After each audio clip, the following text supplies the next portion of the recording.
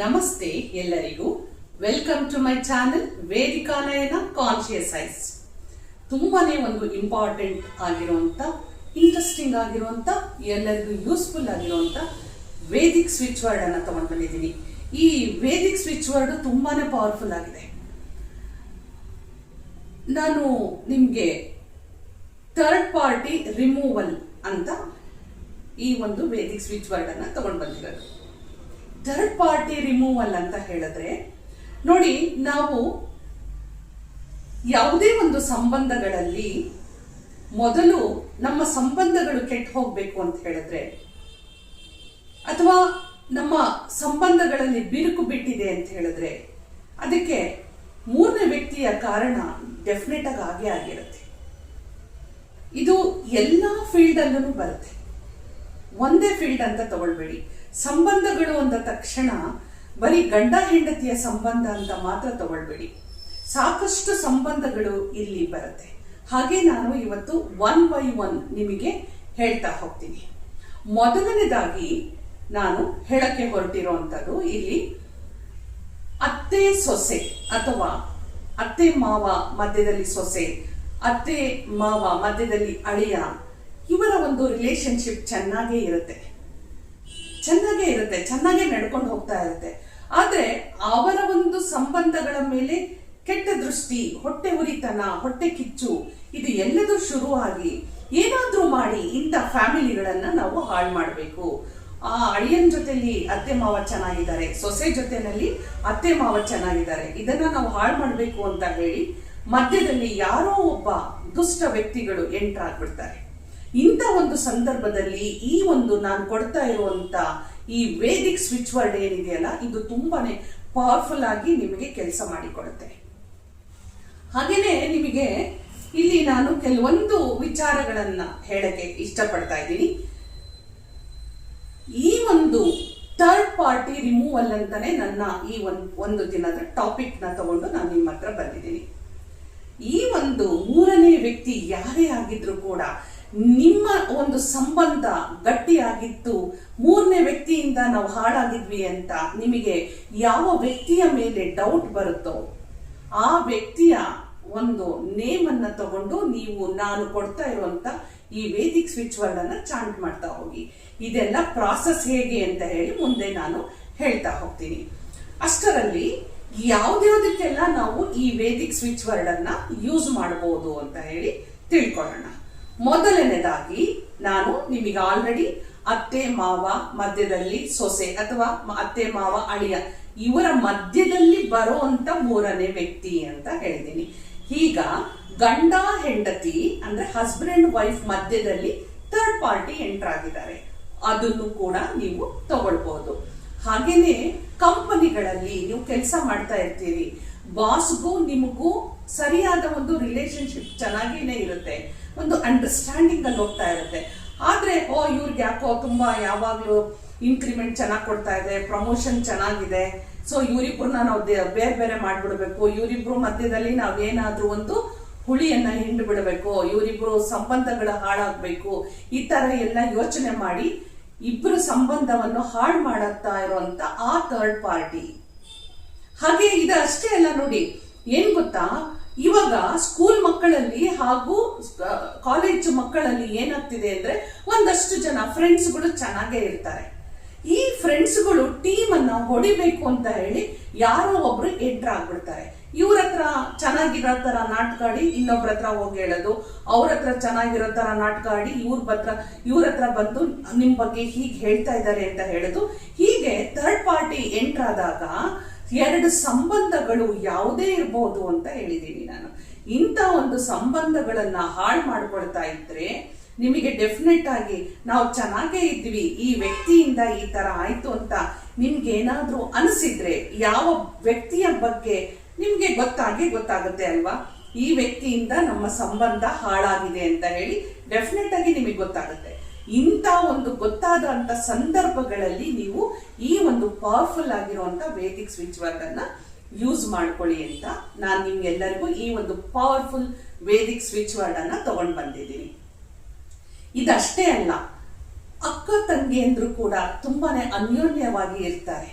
ಅದನ್ನ ಸಹಿಸ್ಕೊಳಕ್ಕಾಗದೆ ಮೂರನೇ ವ್ಯಕ್ತಿಯಿಂದ ಅಕ್ಕ ತಂಗಿಯ ಸಂಬಂಧ ಹಾಳಾಗುತ್ತೆ, ಅಣ್ಣ ತಮ್ಮಂದ್ರ ಸಂಬಂಧ ಹಾಳಾಗುತ್ತೆ. ಯಾವುದೇ ಒಂದು ಸಂಬಂಧ ನೋಡಿ, ಒಂದು ನೈಬರ್ಸ್ ಅಂತ ಇದ್ದಾರೆ ಅಂದ್ರೆ, ಇಬ್ರು ನೈಬರ್ಸ್ ಚೆನ್ನಾಗಿದ್ದಾರೆ ಅಂದ್ರೆ ಮೂರನೇ ನೈಬರಿಗೆ ಆಲ್ರೆಡಿ ಆಗೋದೇ ಇಲ್ಲ, ಅವರ ಒಂದು ಎಂಟ್ರ ಆಗ್ಬಿಡುತ್ತೆ. ಅದಕ್ಕೆ ಹೇಳೋದು ಮೂರನೇ ವ್ಯಕ್ತಿಯ ಆಗಮನ ಅಂತಾನೆ ಹೇಳಿದ್ರೆ ತಪ್ಪಾಗಲ್ಲ. ಈ ತರ ಎಲ್ಲ ನಿಮ್ಮ ಜೀವನದಲ್ಲಿ ಸುಖ, ಶಾಂತಿ, ನೆಮ್ಮದಿಯನ್ನ ಹಾಳು ಮಾಡಿರುವಂತ ಮೂರನೇ ವ್ಯಕ್ತಿ ನಿಮಗೆ ಯಾರ ಮೇಲೆ ಅನುಮಾನ ಇದೆ, ಹಾಗೂ ಕಡಾಖಂಡಿತವಾಗಿ ಇದೇ ವ್ಯಕ್ತಿನೇ ನಮ್ಮ ಜೀವನದಲ್ಲಿ ನಮ್ಮ ಒಂದು ಸಂಬಂಧಗಳನ್ನ ಹಾಳು ಮಾಡಿರುವಂತ ವ್ಯಕ್ತಿ ಅಂತ ನಿಮಗೆ ಯಾರ ಮೇಲೆ ಡೌಟ್ ಬರುತ್ತೋ ಆ ವ್ಯಕ್ತಿಯನ್ನ ಸಂಪೂರ್ಣವಾಗಿ ರಿಮೂವ್ ಮಾಡಲಿಕ್ಕೆ ಈ ಒಂದು ಪವರ್ಫುಲ್ ವೇದಿಕ್ ಸ್ವಿಚ್ ವರ್ಡ್ ಉಚ್ಚಾಟನ್ ಸಿಕ್ಕಾಪಟ್ಟೆ ಪವರ್ಫುಲ್ ಇದೆ. ಉಚ್ಚಾಟನ್. ಹಾಗಾದ್ರೆ ಬನ್ನಿ ಇದನ್ನ ಯಾವ ರೀತಿ ಉಪಯೋಗ ಮಾಡ್ಕೊಳ್ಳೋದು ಅಂತ ಹೇಳ್ತೀನಿ. ಎಕ್ಸಾಂಪಲ್ ಆಗಿ ಹಸ್ಬೆಂಡ್ ವೈಫ್ ಮಧ್ಯೆ ಯಾರೋ ನಿಮ್ಮ ಒಂದು ರಿಲೇಶನ್ಶಿಪ್ ನ ಹಾಳು ಮಾಡ್ಲಿಕ್ಕೆ, ಗಂಡ ಹೆಂಡತಿಯ ಸಂಬಂಧವನ್ನ ಹಾಳು ಮಾಡ್ಲಿಕ್ಕೆ ಮೂರನೇ ವ್ಯಕ್ತಿ ಯಾರೋ ಎಂಟರ್ ಆಗಿದ್ದಾರೆ. ಅದು ಗಂಡನಿಗಾದ್ರೂ ಅಥವಾ ಹೆಂಡತಿಗಾದ್ರೂ ಮೈಂಡಿಗೆ ಸ್ಟ್ರೈಕ್ ಆಗುತ್ತೆ. ಇಲ್ಲ, ಈ ವ್ಯಕ್ತಿ ಬಂದು ಹೋದಾಗೆಲ್ಲ ನಮ್ಮ ಸಂಬಂಧಗಳಲ್ಲಿ ಬಿರುಕು ಮೂಡ್ತಾ ಇದೆ. ಫೋನ್ಗಳಲ್ಲಿ ಹೇಳ್ತಾರೆ, ಇವಾಗ ವಾಟ್ಸಾಪ್ಗಳ ಮುಖಾಂತರ ಕನೆಕ್ಷನ್ಸ್ ಅಲ್ಲಿ ಇಟ್ಕೋತಾರೆ. ಹಸ್ಬೆಂಡ್ ಆಫೀಸಿಗೆ ಹೋದ ತಕ್ಷಣ ಹೆಂಡತಿಗೆ ಫೋನ್ ಮಾಡಿ ಹೇಳ್ತಾರೆ, ಹೆಂಡತಿ ಬಗ್ಗೆ ಹಸ್ಬೆಂಡಿಗೆ ಫೋನ್ ಮಾಡಿ ಹೇಳುವಂಥದ್ದು ನೋಡಿ. ಹಾಳು ಮಾಡಬೇಕು ಅಂತ ಮೈಂಡ್ ಅಲ್ಲಿ ಇರುವಂತ ವ್ಯಕ್ತಿಗಳು ತುಂಬಾ ಚೆನ್ನಾಗಿ ದಾರಿಯನ್ನ ಉಪಯೋಗ ಮಾಡ್ಕೊಂಡು ಬಿಡ್ತಾರೆ. ಸೊ ಈ ರೀತಿಯಾಗಿ ನಿಮಗೆ ಅನುಮಾನ ಬಂದಿದೆ ಅಂತ ಆದ್ರೆ ಏನ್ ಮಾಡಬೇಕು ನೀವು? ನಾನಂತೂ ಈ ವೇದಿಕ್ ಸ್ವಿಚ್ ವರ್ಡ್ ಅನ್ನ ಕೊಟ್ಟಿದ್ದೀನಿ, ಉಚ್ಚಾಟನ್. ಇದನ್ನ ನೀವು ಯಾವ ರೀತಿ ಮಾಡಬೇಕು ಅಂತ ಹೇಳಿದ್ರೆ, ಮ್ಯಾನಿಫೆಸ್ಟ್ ಮಾಡುವಂತದ್ದು ಯಾವುದೇ ಒಂದು ವಿಷಯನ ಫುಲ್ಫಿಲ್ ಮಾಡ್ಕೊಳ್ಳಿಕ್ಕೆ, ನಿಮ್ಮ ಒಂದು ಡೇ ಟು ಡೇ ಲೈಫ್ ಅಲ್ಲಿ ಸಕ್ಸಸ್ ಅನ್ನ ಮಾಡ್ಕೊಳ್ಳಿಕ್ಕೆ ಯಾವಾಗ್ಲೂ ಒಂದು ತಿಳ್ಕೊಳ್ಳಿ, ನೀವು ಏನನ್ನ ಮಾಡಬೇಕು ಅಂತ ಹೊರಟಿದ್ದೀರೋ ಅದ್ರ ಬಗ್ಗೆ ಒಂದು 10 ನಿಮಿಷ ಸಮಾಧಾನವಾಗಿ ಕುತ್ಕೊಂಡು ಶಾಂತಿಯುತವಾಗಿ ನಿಮ್ಮ ಮನಸ್ಸಿನಲ್ಲಿ ಯಾರಿಂದ ಈ ಒಂದು ಪ್ರಾಬ್ಲಮ್ ಶುರುವಾಗಿದೆ ಅನ್ನೋದನ್ನ ಮೈಂಡಿಗೆ ತಗೊಳ್ಳಿ. ಅದಕ್ಕೆ ಮುಂಚೆ 1-2 ಸಾರಿ ಬ್ರೀದಿಂಗ್ ಎಕ್ಸರ್ಸೈಸ್ ಮಾಡ್ಕೊಂಡ್ರೆ ನಿಮ್ಮ ಮನಸ್ಸು ಕಾಮ್ ಆಗುತ್ತೆ, ಕೂಲ್ ಆಗುತ್ತೆ. ನೆಕ್ಸ್ಟ್ ಸ್ಟೆಪ್, ಈ ವ್ಯಕ್ತಿಯಿಂದ ನಮ್ಮ ಸಂಬಂಧಗಳು ಹಾಳಾಗ್ತಾ ಇದೆ ಅಂತ ಗೊತ್ತಾದ ತಕ್ಷಣ ನೀವೇನ್ ಮಾಡ್ಬೇಕು? ಕಣ್ಣು ಮುಚ್ಕೊಳ್ಳಿ. ಹಸ್ಬೆಂಡು ನೀವು, ನಿಮ್ಮ ಮಧ್ಯೆ ಮೂರನೇ ವ್ಯಕ್ತಿ ಇದ್ದಾರೆ. ಓಕೆ, ಈ ಮೂರನೇ ವ್ಯಕ್ತಿಯನ್ನ ನೆನೆಸ್ಕೊಂಡು, ನಿಮಗೆ ಅವ್ರು ಯಾರು ಅಂತ ಗೊತ್ತಿರುತ್ತೆ, ನೆನೆಸ್ಕೊಂಡು ನೀವೇನ್ ಹೇಳ್ಬೇಕು? ನನ್ನ ಮತ್ತು ಹಸ್ಬೆಂಡ್ ಮಧ್ಯದಲ್ಲಿ ಮೂರನೇ ವ್ಯಕ್ತಿ ಬಂದು ನಮ್ಮ ಸಂಬಂಧವನ್ನು ಹಾಳು ಮಾಡ್ತಾ ಇರುವಂತ ಈ ಮೂರನೇ ವ್ಯಕ್ತಿ ಸಂಪೂರ್ಣ ನಮ್ಮ ಜೀವನದಿಂದ ಹೊರಟು ಹೋಗಿದ್ದಾರೆ, ಉಚ್ಚಾಟನ್ ಅಂತ ಹೇಳಿ ಅವರ ಹೆಸರನ್ನ ತಗೊಂಡು ಉಚ್ಚಾಟನ್ ಉಚ್ಚಾಟನ್ ಅಂತ ಹೇಳಿ ನೀವು ಇದನ್ನ ಚಾಂಟ್ ಮಾಡಬೇಕು. ಎಷ್ಟು ಸಾರಿ ಚಾಂಟ್ ಮಾಡಬೇಕು ಅಂತ ಹೇಳಿದ್ರೆ ನೋಡಿ, ಇದು ಸಂಬಂಧಗಳಿಗೆ ಒಂದು ರಿಲೇಟೆಡ್ ಆಗಿರುವಂತದ್ದು. ಇಲ್ಲಿ ನಿಮಗೆ ಸಂಬಂಧಗಳಿಗೆ ರಿಲೇಟೆಡ್ ಅಂದ ತಕ್ಷಣ ಮಾನಸಿಕವಾಗೂ ನೀವು ತುಂಬಾನೇ ಕುಗ್ಗಿ ಹೋಗಿರ್ತೀರಿ, ನೊಂದು ಹೋಗಿರ್ತೀರಿ, ಬೇಜಾರಲ್ಲಿರ್ತೀರಿ, ದುಃಖದಲ್ಲಿರ್ತೀರಿ. ಸೊ ಇದೆಲ್ಲದೂ ಒಂದು ಎಮೋಷನ್ಸ್ ತುಂಬಾ ಕನೆಕ್ಟ್ ಆಗ್ಬಿಟ್ಟಿರುತ್ತೆ. ಸೊ ಇದೆಲ್ಲ ನೀವು ಕ್ಲಿಯರ್ ಆಗ್ಬೇಕು, ಓವರ್ಕಮ್ ಆಗ್ಬೇಕು ಅಂತ ಹೇಳಿದ್ರೆ ಮಿನಿಮಮ್ ಅಂದ್ರೂ ನೀವು 10 ಮಿನಿಟ್ಸ್ ಇದನ್ನ ಚಾಂಟ್ ಮಾಡಲೇಬೇಕು. ಸೊ ಇಲ್ಲ ನಮ್ಗೆ ಒಂದೇ ಸರಿ 10 ನಿಮಿಷ ಕುತ್ಕೊಂಡು ಚಾಂಟ್ ಮಾಡಕ್ಕಾಗಲ್ಲ ಅಂದ್ರೆ ಬೆಳಿಗ್ಗೆ 21 ಟೈಮ್ಸ್ ಮಾಡಿ, ಮಧ್ಯಾಹ್ನ 21 ಟೈಮ್ಸ್ ಮಾಡಿ, ರಾತ್ರಿ ಮಲಗೋದಕ್ಕಿಂತ ಮುಂಚೆ 21 ಟೈಮ್ಸ್ ನ ಮಾಡ್ತಾ ಹೋಗಿ. ಆದ್ರೆ ಒಂದು ತಿಳ್ಕೊಳ್ಳಿ, ಇಲ್ಲಿ ತುಂಬಾ ಮನಸ್ಸಿನ ಮೇಲೆ ಯಾವುದೇ ಒಂದು ಸಂಬಂಧ ಹಾಳಾಗುತ್ತೆ ಅಂದ ತಕ್ಷಣ ಮೊದಲು ನಮಗೆ ಬರುವಂತದ್ದೇ ಮನಸ್ಸಿನ ಮೇಲೆ ನಮಗೆ ಪರಿಣಾಮ ಬೀರುತ್ತೆ. ಇಂಥ ಮನಸ್ಸನ್ನ ನೀವು ಗಟ್ಟಿ ಮಾಡಿಕೊಂಡು ಈ ವೇದಿಕ್ ಸ್ವಿಚ್ ವರ್ಡ್ ಅನ್ನ ಚಾಂಟ್ ಮಾಡ್ಬೇಕು ಅಂತ ಅಂದಾಗ ನೀವು ಕೊಡ್ತೀರಿ ಅಲ್ವಾ, ಚಾಂಟ್ ಮಾಡ್ತೀರಿ ಅಲ್ವಾ, ಈ ವೈಬು ತುಂಬಾ ಬೇಗ ಅಲ್ಲಿಗೆ ರೀಚ್ ಆಗ್ಬೇಕು. ರೀಚ್ ಆಗ್ಬೇಕು ಅಂದ್ರೆ ಏನ್ ಮಾಡ್ಬೇಕು? ನಿರಂತರವಾಗಿ ನಿಮಗೆ ಸಮಯ ಸಿಕ್ಕಾಗ್ಲೆಲ್ಲ ಇದನ್ನ ನೀವು ಚಾಂಟ್ ಮಾಡ್ತಾನೆ ಹೋಗಿ. ನೋಡಿ, ಯಾವ ಒಂದು ನೀವು ಹೋಗ್ಬೇಕಪ್ಪ, ಯಾರನ್ನೋ ಮೀಟ್ ಆಗ್ಬೇಕು, ಅವ್ರಿಗೊಂದಷ್ಟು ದುಡ್ಡು ಕೊಡ್ಬೇಕು, ಈ ಪೂಜೆ ಈ ಹವನ ಯಾವುದು ಮಾಡ್ದೇನೆ ನಾನು ಕೊಟ್ಟಿರುವಂತ ಈ ವೇದಿಕ್ ಸ್ವಿಚ್ ವರ್ಡ್ ನಿಮ್ಮ ಮನೆ ಬಾಗಿಲಿಗೆ ಬಂದಿದೆ, ಇದನ್ನ ಇಟ್ಕೊಂಡು ನಿಮ್ಮ ಸಂಬಂಧವನ್ನ ಉಳಿಸ್ಕೊಳ್ಳಿ, ಗಟ್ಟಿ ಮಾಡ್ಕೊಳ್ಳಿ ಅಂತ ಹೇಳ್ತಾ ಇದನ್ನ ನಿರಂತರವಾಗಿ ಚಾಂಟ್ ಮಾಡಿ. ನೀವು ಕೇಳಲೇಬೇಡಿ, ಎಷ್ಟು ಸಾರಿ ಅಂತ ಕೇಳಲೇಬೇಡಿ. ನೀವು ಚಾಂಟ್ ಮಾಡ್ತಾ ಇರುವಾಗ ನಿಮ್ಮ ಮೈಂಡು, ಬಾಡಿ, ಸೋಲು, ನಿಮ್ಮ ವೈಬ್ರೇಷನ್ ಸ್ಟಾರ್ಟ್ ಆಗಬೇಕು. ಸ್ಟಾರ್ಟ್ ಆದಾಗ ಮಾತ್ರ ಮೂರನೇ ವ್ಯಕ್ತಿಗೆ ನೀವು ಕೊಡುವಂತ ಈ ಒಂದು ವೇದಿಕ್ ಸ್ವಿಚ್ ವರ್ಡ್ ಅನ್ನ, ಈ ಫ್ರೀಕ್ವೆನ್ಸಿ ಅವ್ರ ಹತ್ರ ಹೋಗಿ ರೀಚ್ ಆಗಕ್ಕೆ ಸಾಧ್ಯ ಆಗುತ್ತೆ. ಕ್ಲಿಯರ್ ಆಯ್ತು ಅನ್ಕೊಳ್ತೀನಿ. ಇದನ್ನ ಎಕ್ಸಾಂಪಲ್ ಆಗಿ ತಗೊಂಡಿದ್ದೀನಿ. ಹಾಗೇನೆ ನಾನು ಹೇಳಿದೆ, ಅತ್ತೆ ಮಾವ ಸೊಸೆ ಮಧ್ಯದಲ್ಲಿ ಮೂರನೇ ವ್ಯಕ್ತಿ, ಅತ್ತೆ ಮಾವ ಅಳಿಯನ ಮಧ್ಯದಲ್ಲಿ, ಅಕ್ಕ ತಂಗಿಯರ ಮಧ್ಯದಲ್ಲಿ, ಅಣ್ಣ ತಮ್ಮಂದ್ರ ಮಧ್ಯದಲ್ಲಿ, ಅಣ್ಣ ತಂಗಿಯಂದ್ರ ಮಧ್ಯದಲ್ಲಿ, ಹೀಗೆ ಸಾಕಷ್ಟು ಮಧ್ಯ ಮೂರನೇ ವ್ಯಕ್ತಿಯ ಒಂದು ಆಗಮನ ಆಗ್ಬಿಡುತ್ತೆ. ಫ್ರೆಂಡ್ಸ್ಗಳ ಮಧ್ಯೆ, ರಿಲೇಟಿವ್ಸ್ಗಳ ಮಧ್ಯೆ, ನೈಬರ್ಸ್ಗಳ ಮಧ್ಯೆ, ಕೊಲೀಗ್ಸ್ಗಳ ಮಧ್ಯೆ, ನೋಡಿ ಸಾಕಷ್ಟು ನಾನು ಹೇಳಿದ್ದೀನಿ. ಸೊ ಇದನ್ನ ನೀವು ಎಕ್ಸಾಂಪಲ್ಸ್ ಗಳಾಗಿ ತಗೊಂಡು ನಿಮ್ಮ ಲೈಫ್ ಅಲ್ಲಿ ಯಾರೆಲ್ಲ ಈ ರೀತಿಯಾಗಿ ಥರ್ಡ್ ಪಾರ್ಟಿ ಎಂಟರ್ ಆಗಿದ್ದಾರೆ, ನಾನು ಎಷ್ಟು ಸಾಧ್ಯನೋ ಅಷ್ಟು ನಿಮಗೆ ಎಕ್ಸಾಂಪಲ್ಸ್ ಗಳನ್ನ ಕೊಟ್ಟಿದ್ದೀನಿ.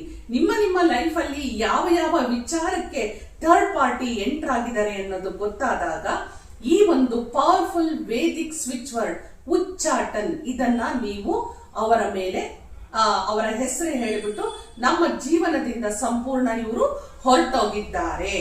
ನನ್ನ ಮತ್ತೆ ನೀವೇನ್ ಅನ್ಕೊಂಡಿದ್ದೀರಿ, ಎಕ್ಸಾಂಪಲ್ ಆಗಿ ಹಸ್ಬೆಂಡ್ ಅಂಡ್ ವೈಫ್ ತಗೊಂಡಿದೆ, ನನ್ನ ಗಂಡನ ಸಂಬಂಧ ಗಟ್ಟಿಯಾಗಿದೆ, ಆರೋಗ್ಯಕರವಾಗಿದೆ ಅಂದ್ರೆ ಹೆಲ್ದಿ ರಿಲೇಶನ್ಶಿಪ್ ಇದೆ, ಲವ್, ಕೇರಿಂಗ್, ಅಂಡರ್ಸ್ಟ್ಯಾಂಡಿಂಗ್ ಎಲ್ಲ ಇದೆ ಅಂತ ನೀವು ಹೇಳ್ಕೊಳ್ಬೇಕು. ಹಾಗೆ ಬಾಸ್ಗಳಿಗೂ ಮಧ್ಯೆ ನನ್ನ ಬಾಸ್ ಮಧ್ಯೆ ಹೆಲ್ದಿ ಅಂಡ್ ಒಂದು ಎನರ್ಜೆಟಿಕ್ ರಿಲೇಶನ್ಶಿಪ್ ಇದೆ, ಅವರ ಒಂದು ಅಂಡರ್ಸ್ಟ್ಯಾಂಡಿಂಗ್ ತುಂಬಾ ಚೆನ್ನಾಗಿದೆ ಅಂತ ಇದನ್ನು ಕೂಡ ನೀವು ಹೇಳ್ಕೊಳ್ಬೇಕು. ಬರೀ ಉಚ್ಚಾಟನ್ ಅಂದ್ರೆ ಆಗಲ್ಲ.